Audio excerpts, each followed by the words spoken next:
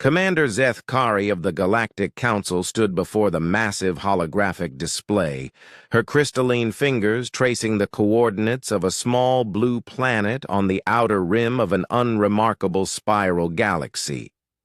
For 3 rotations, she had been tasked with preparing the invasion fleet for what should have been a routine planetary acquisition.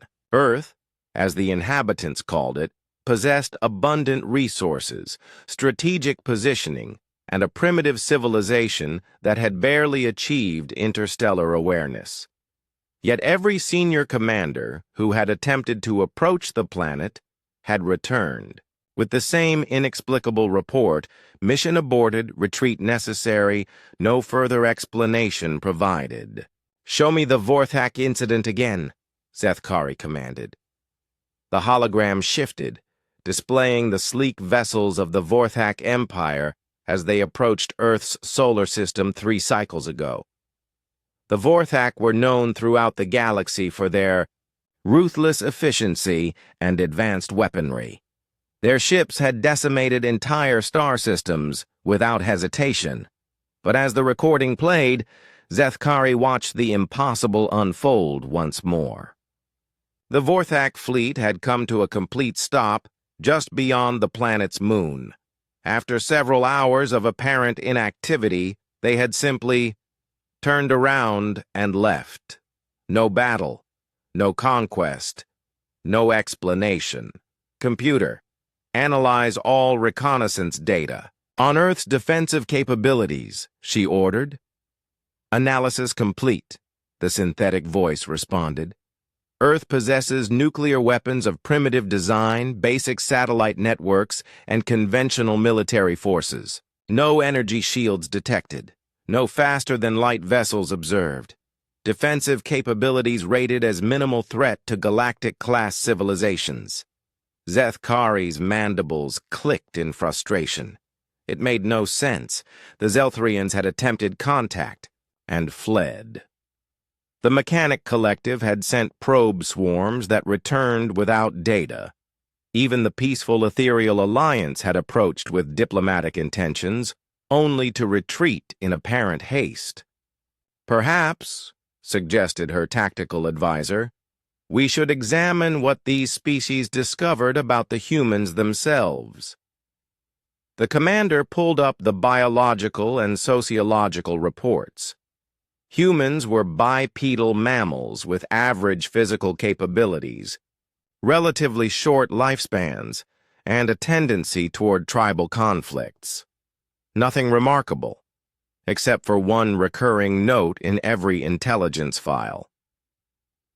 Humans were the only known species that created fictional stories about defeating superior alien forces. Zeth Kari dismissed this as irrelevant cultural data until she began reading the actual content of these stories. Humans had imagined every possible scenario of alien invasion and had crafted elaborate fantasies about how they would fight back, adapt, overcome, and ultimately triumph against impossible odds. They called it science fiction, and they had been creating it for over a century. "Computer, show me human fictional narratives involving galactic conflict." The hologram filled with thousands of entries, stories of ragtag human fleets defeating vast alien armadas. Tales of individual humans infiltrating alien motherships and turning their own technology against them. Narratives of humans forming unlikely alliances, exploiting alien weaknesses, and refusing to surrender even when facing extinction. But what struck Zeth Kari most was not the content, but the pattern. In every story, no matter how advanced or numerous the alien threat, humanity found a way to win.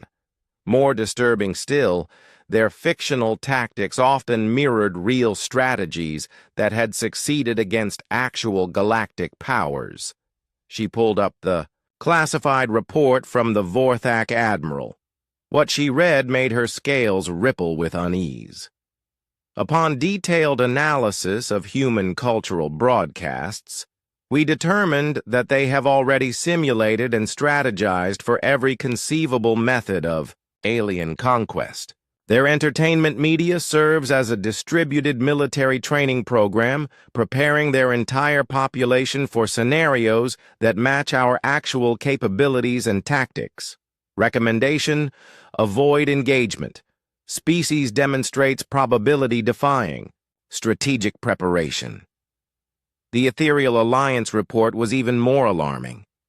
Humans appear to possess an anomalous psychological trait. They become more resilient and creative when facing impossible odds. Our behavioral models predict that any attempt at conquest would only strengthen their resolve and accelerate their technological development. Classification: paradoxical threat level. Zethkari leaned back in her command chair, finally understanding the truth that had terrified every would-be conqueror. It wasn't Earth's defenses that made it untouchable. It was humanity's imagination. For over a century, they had been unconsciously preparing for galactic war through their stories. They had explored every possible alien tactic, every potential weakness, every scenario of invasion or contact. More than that, they had trained themselves to believe that victory was not only possible, but inevitable, regardless of the odds. The secret that made Earth untouchable wasn't hidden technology or unknown weapons. It was the simple fact that humanity had already fought and won 1,000 galactic wars in their collective imagination. They had turned their entertainment into the most comprehensive military preparation program the galaxy had ever seen, and they didn't even realize it. Zethkari watched the blue planet rotate peacefully in the hologram, its inhabitants completely unaware that their bedtime stories and weekend movies had become the greatest defensive system in galactic history. "Cancel the invasion fleet," she commanded quietly. "Commander?" her advisor questioned. "Post a galaxy-wide advisory," she continued. "Earth is classified as a Category X protected system. Any species that wishes to avoid a probability-defying defeat should maintain minimum safe distance," as her ship turned away from the small blue planet. Zethkari couldn't help but wonder what other impossibilities humanity might imagine into reality. Perhaps, she thought with a shiver, it was better not to find out. The humans could keep their little planet. After all, they had already proven they knew exactly what to do with anyone who tried to take it from them.